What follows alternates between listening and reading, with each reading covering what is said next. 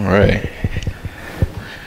So this morning we're still going through our series about prosperity. It's not what you think.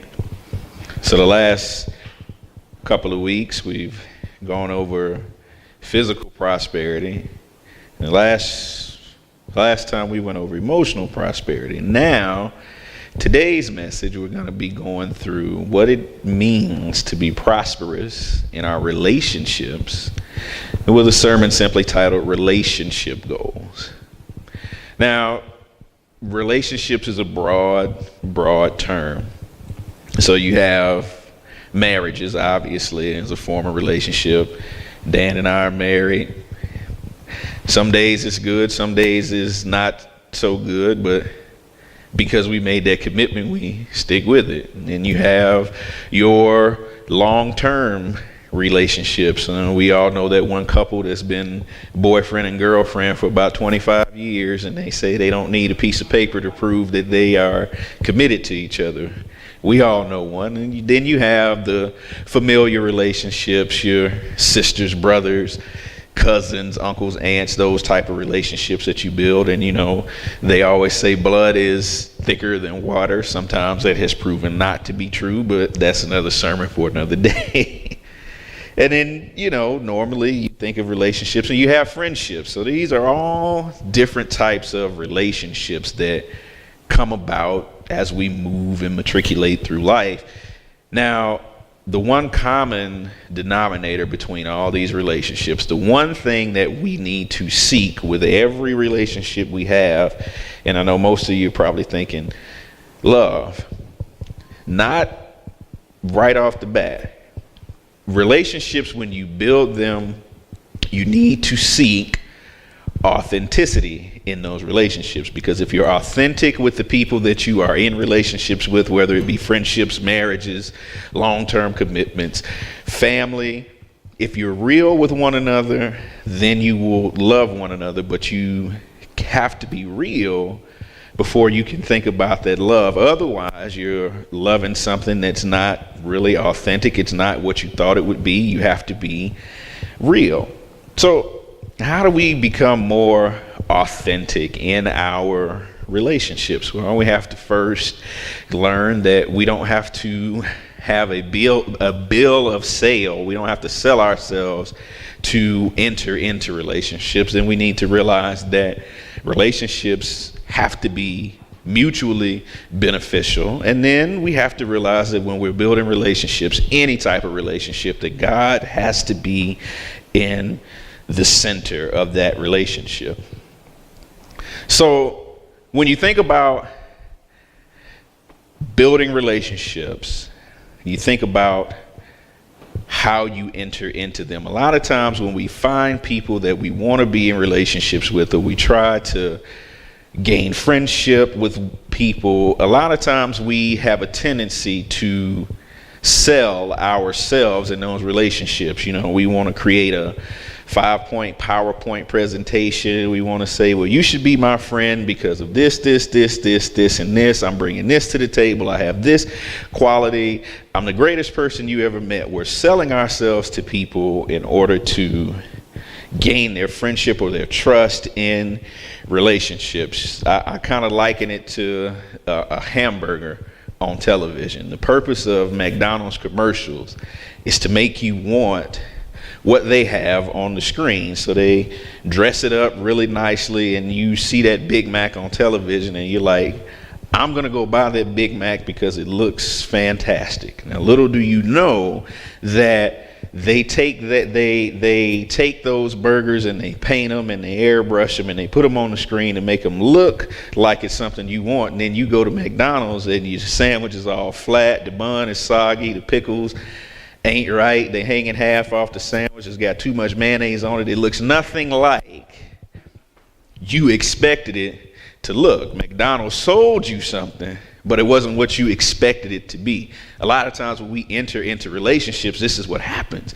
People sell us what they think we want, and then once they enter into relationships with us, it turns out that it's not really what we thought it would be from the beginning. Now, A lot of times we sell people on this, and this young lady looks like she's got it all together, nice hair, this little prom picture and everything. You see that, you think she's it. She's got it all together. There's nothing wrong with her.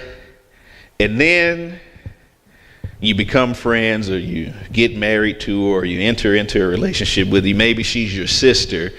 And the more you get to know her, she turns out kind of like that. Now, the Elmo may not be the best example, but you get the point. She sold you something that wasn't really what you thought it would be. And why do we do that? Why do we have a tendency to sell people on trying to be in relationships with us? Well, we do it because we're afraid of what they might find out if they know who we really are, or the problems that we have in our lives. So you think about social media. People can be anything they want on Facebook, Instagram, all these other social media outlets. People can hide behind computer screens, and they create these personas, and they sell people on the idea that this is what you want. You hear the term catfish. You get these people that create these images, and they think that they're getting the 6'2", 220-pound cut from Greek god cloth, and then you meet him and it's like 5'8", pot belly and all this kind of stuff. He's selling you on what he thinks you want because he's afraid of what you would think of his true image, who he really was. And this is why we have a tendency to try to sell people on us, because we want them to like what we're presenting to them. But the problem with that is that once you create that standard, then you have to live up to that standard. So if you create that standard in a relationship, whether it be a marriage or a friendship or any kind of relationship you think about, once you set a bar, you have to meet that bar. And when you don't, the relationships have a tendency to go sour because you were selling something that you were not able to keep up. How many marriages have ended because either the husband or the wife sold each other on the idea, and then once the marriage started, it turned out that they weren't who they were selling, and then you woke up and you're like, who is this that I'm married to? People have a fear of us seeing who they really are. What if they find out that I used to be an alcoholic? What if they find out that I used to be a sex addict? What if they find out all these bad things about me? This is why I have to sell them on who I really am. But the Bible tells us here in Joshua 1:9, it says, have I not commanded you? Be strong and courageous. Do not be frightened and do not be dismayed, for the Lord your God is with you wherever you go. So when we enter into relationships, we can be strong, we can be courageous, we don't have to be afraid, because God is going to be with us everywhere and in every situation that we enter into. So even when we go to develop relationships with people, God is still with us. Despite what we've gone through in life, despite the scars and the bruises that we have, God is still in us. And if we're taking God with us in those relationships, we should be representing him and presenting him to people, as opposed to selling what we think people want to hear. We need to be showing them the Christ, the God that resides within us. So the question that we have to ask ourselves is that, do people really know us, or do they know the idea that we've sold them?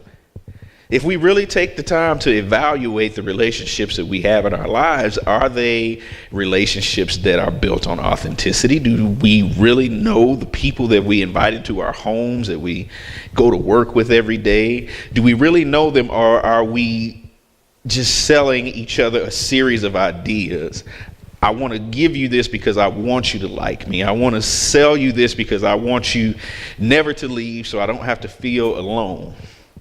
Is that what we're doing? Because if it is, then we're starting off on a very bad foot in our relationships. We've got to learn how to be genuinely authentic in our relationships. We've got to stop selling these ideas, and we've just got to be satisfied that we come as is. Now, when we go to a used car dealer, they have the tag on the front of the car that says it comes as is. And we want that honesty from a used car dealer because we want to know what we're dealing with. If the car needs work, if it's not in perfect, pristine condition, this is something that we want to know because we don't want to invest in something unless we know what we're getting into. We've got to understand that if people are going to invest in us, they've got to know what they're dealing with. We've got to be authentic in our relationships. We've got to make sure that people know, okay, I'm a little bruised because of what life has done to me. I'm a little scarred because of what life has done to me, but I still want to have a relationship with you. I want to be your friend. I want to be what you need me to be, but you've got to understand that I come as is. Now I'm working to get better, but right now, this is what you're going to get. We have to stop trying to sell people that we're up here when we know full well that we're really down here. And it's okay to be on a different level. It's okay that you're not what you want to be right off the bat. The thing is that you've got to work towards it. And as you're doing that, you can be authentic in those relationships that you're having with people. Now, Proverbs 18:24 says this: a man that has friends must show himself friendly, and there is a friend that sticketh closer than a brother. Now, it didn't say that in order to have friends, we needed to be flashy. It didn't say in order to have friends, we needed to present something that we're not. It said that a man that has friends must show himself to be friendly. That's all we have to do. We have to show who Christ is, who God is in our lives when we enter in relationships with people. It's simple. I don't have to dress myself up to be in a relationship with you. I don't have to do any of that. All I have to do is show myself to be friendly. And then we can become so close in those relationships that we stick to each other closer than any brother, any familiar relationships. But in order to get to that point, we've got to start off being authentic in those relationships. And on top of that, we've got to learn that relationships have to be mutually beneficial. Now, I'm not saying that you should enter a relationship seeking only what you can get. Because if you're entering relationships trying to use people to get to the next level and you're stepping on necks while you're doing it, then that's completely not it. That's not a real relationship. That's you using somebody. That's us using somebody to get to where we want to be. But we have to have relationships that are mutually beneficial on both sides. And the thing that we have to understand is that they can't be one-sided. One party can't be doing more than the other, and the other party can't be slacking off and letting somebody else pull all the weight. 2 Corinthians 6:14 says, do not be unequally yoked with unbelievers. Do not make mismated alliances with them, or come under a different yoke with them, inconsistent with your faith. For what partnership have right living and right standing with God with iniquity and lawlessness? Or how can light have fellowship with darkness? Now, the first part of that, when it says do not be unequally yoked, a lot of times people use that as a marriage scripture. You hear this repeated a lot when people are getting married. The preacher that does a counseling will say, well, make sure you're not unequally yoked. But nobody ever explains what that first part, what type of ramifications it has if you're unequally yoked. Now, think about it like this. When you go out to a field and you yoke two oxen together, the only reason that anybody would ever yoke oxen together is because they are getting ready for those oxen to do work. You don't yoke something unless it is getting ready to work. So if those oxen are unequally yoked, if one yoke goes around the ox's neck and then the other ox has the yoke around the foot, they're unequally yoked. The ox with the yoke around his neck is going to be dragging the other ox around, and the work is not going to be done efficiently. It's not going to be done effectively because they are what? They're unequally yoked. So when the Bible tells us not to be unequally yoked, it means that when we enter into relationships with people, if we're going to be connected with somebody about the head and the neck, we've got to make sure that the person that we're yoked with in that relationship, whether it be a marriage or a friendship or a brother or a sister, we've got to make sure that we're both pulling in the same direction, that we're both seeking to go in the same way. Because if we're not, the work of Christ is not going to be done efficiently, it's not going to be done effectively, and it's not going to be beneficial to either one of us, because you're going to get mad at me because I'm not pulling my weight, or I'm going to get mad at you because you're not doing enough work. It's unequal, it's imbalanced, and we cannot be in the body of Christ unequally yoked with each other. It becomes that one-sided relationship. Now, I'm not saying that we should only be friends with Christians. Not saying that, because that's not what the Bible teaches us. We need to be inclusive to all. But when we seek out people to be in relationships with, when we enter into relationships, we do need to find out if they have a like mind like us. Are they wanting to improve in life? Are they wanting to get better? Are they wanting to just be where they are? Are they content in staying in the mess that they're in? Is that the type of relationships that we're entering into? We need to be in relationships with people that are going the same direction that we're going in. The Bible tells us in Proverbs 13 and 20, it says, "Whoever walks with the wise becomes wise, but the companion of fools will suffer harm." Like-minded people hang out with like-minded people. A wise man will hang with other wise men so his wisdom can increase. But if you want to hang out with Boo Boo the fool, you can do that, because then you will continue to be foolish, and that's completely up to you. Relationships have to be mutually beneficial on both sides. You think about it like this: people that go to the gym on a consistent basis hang out with other people that go to the gym on a consistent basis. You need workout partners. You were not going to come find me, because I'm not going to go with you to the gym every day, 7 days a week. Now, a chef, on the other hand, is going to hang out with other people that cook. Now, you may find me on that side of the fence, because obviously I like to eat. I like new recipes. I like to find out what's going on. So I'm going to hang out with people that have a like mindset with me. My knowledge of cooking is going to increase because I'm hanging out with them. Now, it may be beneficial for me to go to the gym, but that's not who I'm hanging out with. But you see, that's the thing. Like-minded people will hang out with like-minded people. Because a lot of times what happens in relationships is that we get stuck in these places where we just kind of tolerate people. You know, they really don't think like we do, but because it's the Christian thing to do, to be nice to people, we kind of just sit there and we tolerate them. You know, we have conversations. It's like, oh yeah, that's nice. Yeah, and we kind of humor them because it's the nice thing to do. But the problem with that is that if we're only tolerating the people that we're in relationships with, then it's not authentic.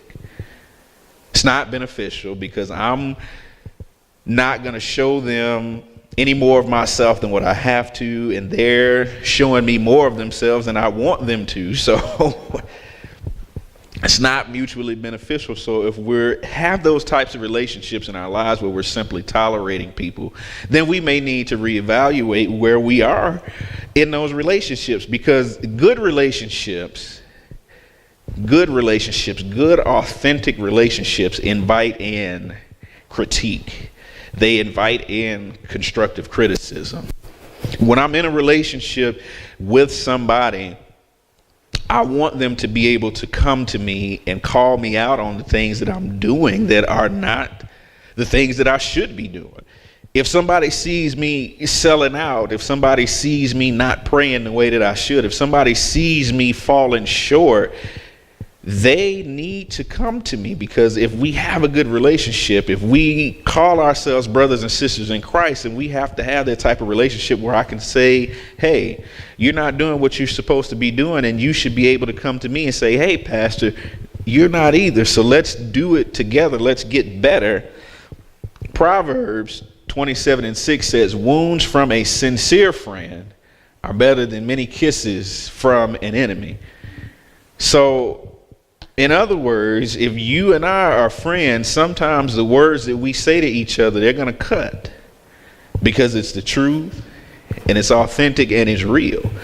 I don't need a yes man in my life. None of us need yes men. None of us need those types of people. We don't need fans. We need friends. Fans are the type of people that will support you no matter what you do, and they'll make you feel good no matter what you do. That's not what we need in our lives. We need real, true, authentic relationships, people that are going to push us and drive us to work harder, to do better, and to be more. That is what we need in our lives.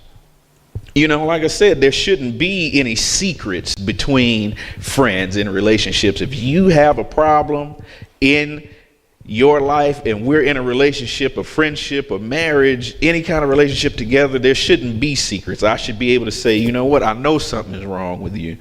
What's going on? We should be able to talk about it. We should be able to fight in a loving way about it, and we should be able to push each other to be better, because our relationships are authentic and we have that with each other. You see, honesty is the foundation of a mutually beneficial relationship. If I cannot be honest with you, then we have no basis for a relationship. If I have to walk on eggshells when I'm around you, we have no basis for a relationship. If I cannot be who God has called me to be around you, then we have no basis for a relationship. If I have to hide the love of Christ inside of me, then we have no basis for a relationship. If I cannot be a representation of Christ around you, then we have no basis for a relationship. It has to be honest and real and authentic. John 15:15 says, no longer do I call you servants, for the servant does not know what his master is doing, but I have called you friends, for all that I have heard from my Father I have made known to you. Jesus calls us friends now because everything that he knows about what God is doing, we have privileges to know that same information. And all we have to do is go and ask. Jesus said, you are my friends, and there is nothing that I'm going to withhold from you. The basis for that relationship between us and Christ is honesty. Christ said, I can be honest with you about every good thing that God wants to do for you. But on the flip side of it, I can also be honest with you about everything that will happen if you do not follow after the Father's word. The basis for our relationship with Christ is honesty. So we have to learn how to be honest with him so that we can be honest with those around us, so that we can spread who he is. Because if we're not honest with Christ, if we're still saying, I don't need any help, I've got it all together, I don't need to read my Bible every day, I don't need to pray every day, I don't need to study every day, I don't need to be in God's presence every day, if we're saying that, then our relationship is not built on honesty, because in reality, we need Christ every second, every minute of every day. No matter what we're going through, if it's the best day of our lives, we still need to be honest and say, God, this has been the best day. We still have to have Christ no matter what's going on in our lives. And lastly, when we're learning how to build good relationships, we have to learn that God has to be at the center. Now, this picture says friendships must be built on a solid foundation of alcohol, sarcasm, inappropriateness, and shenanigans. Now, it's funny to me Because at one point in time in my life, I was a big subscriber to friendships like this. You go and you get drunk with somebody and you do a bunch of inappropriate things and you get into a lot of trouble, and that's how you build a lot of friendships. So this is why this picture, you can laugh about it because it makes you think, yeah, there's been times in my life that I've built relationships off of these things. But the problem with that is that it's dangerous to build relationships when we have the wrong things at the center. Now, as much fun as many of us have probably had being in relationships like this, the aftermath was not as fun as it was on the front end. We probably got ourselves into a lot of situations that we should not have been in, or that we did not want to be in, because we built relationships with people with the wrong things at the center. You build relationships with the wrong things at the center. You kind of wake up one day and you're in friendships, you're in relationships that you don't need to be in.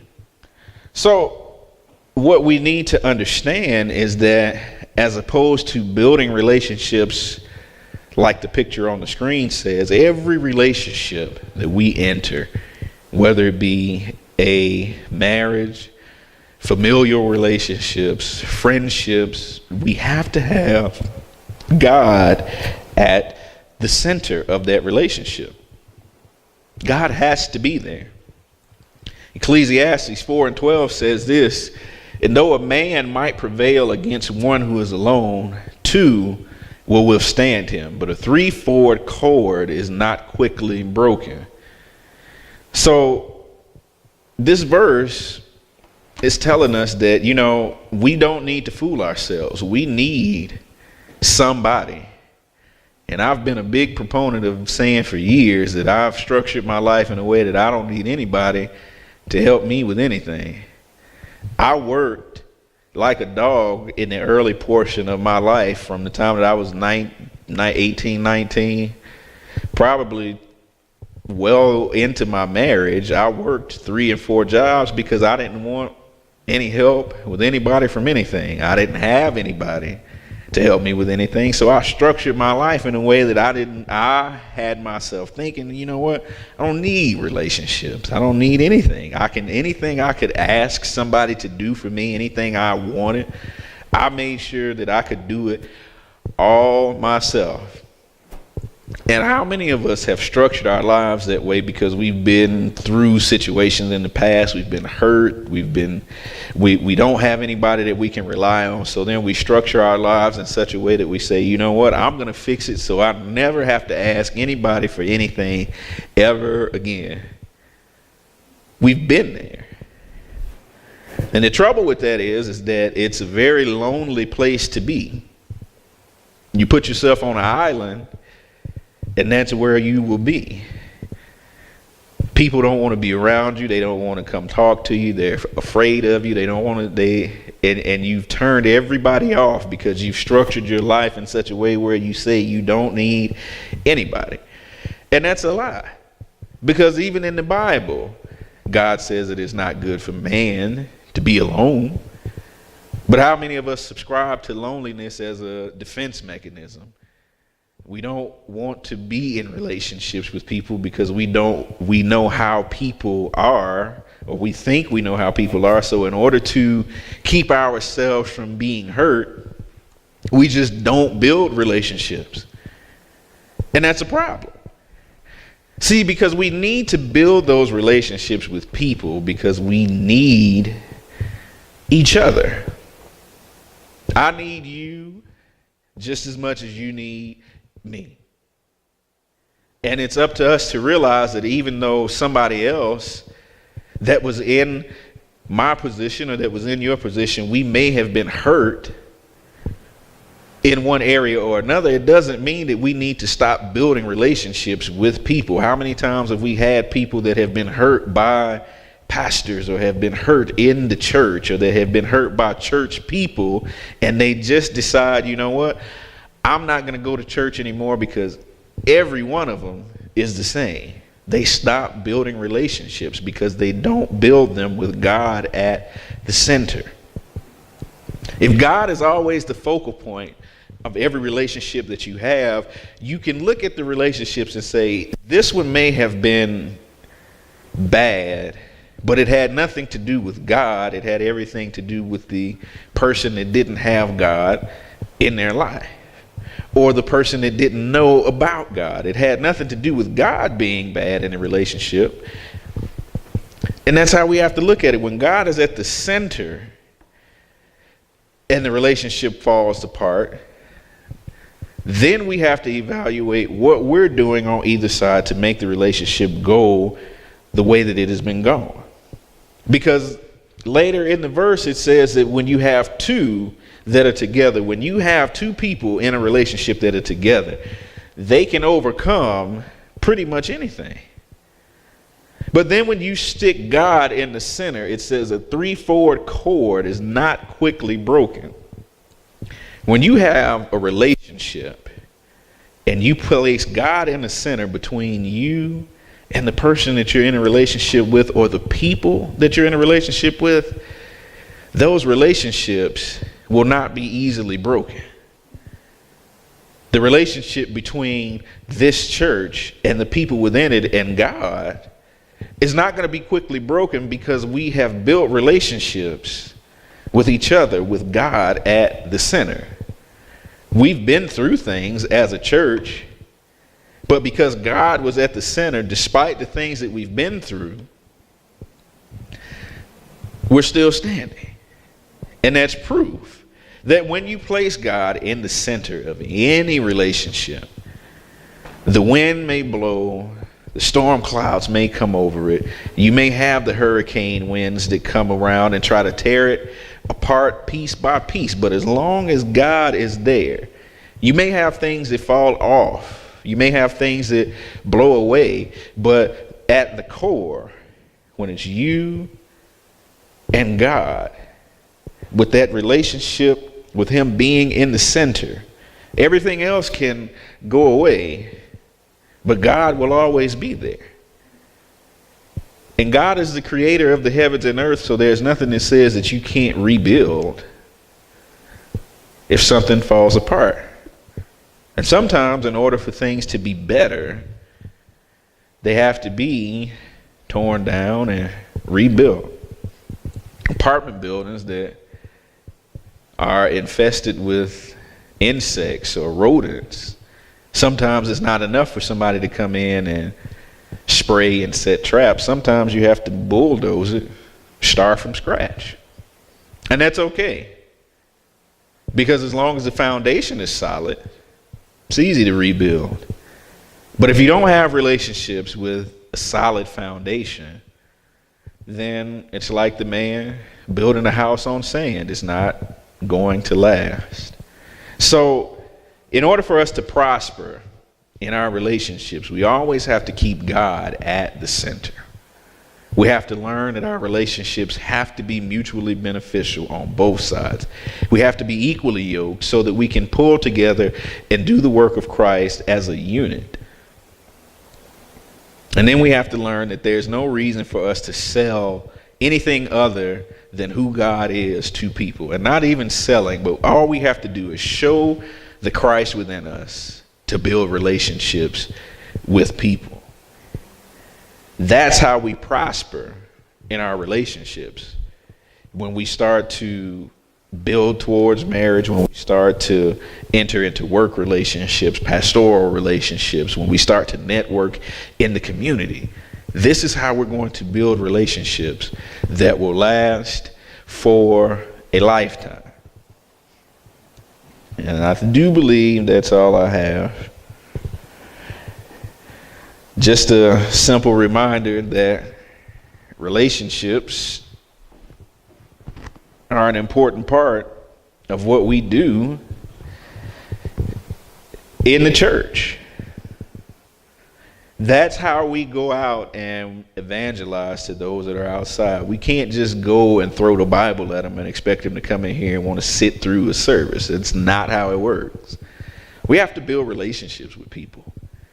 We go out and we're trying to get people to come in here, or just trying to hear Christ in general, it would be very bad business for us to go and tell them everything that they've ever done wrong, tell them that they're going to hell, but you still need to show up to church on Sunday.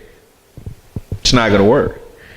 But if I get to know somebody, if I find out who they are as a person, genuinely authentic, being real, accepting them for the beautifully broken person that they are, then through what God is going to do with my life, I can show them that there is somebody that can heal you from all this brokenness, from the pain that you're going through, because I have a relationship with you. And then that is how it works.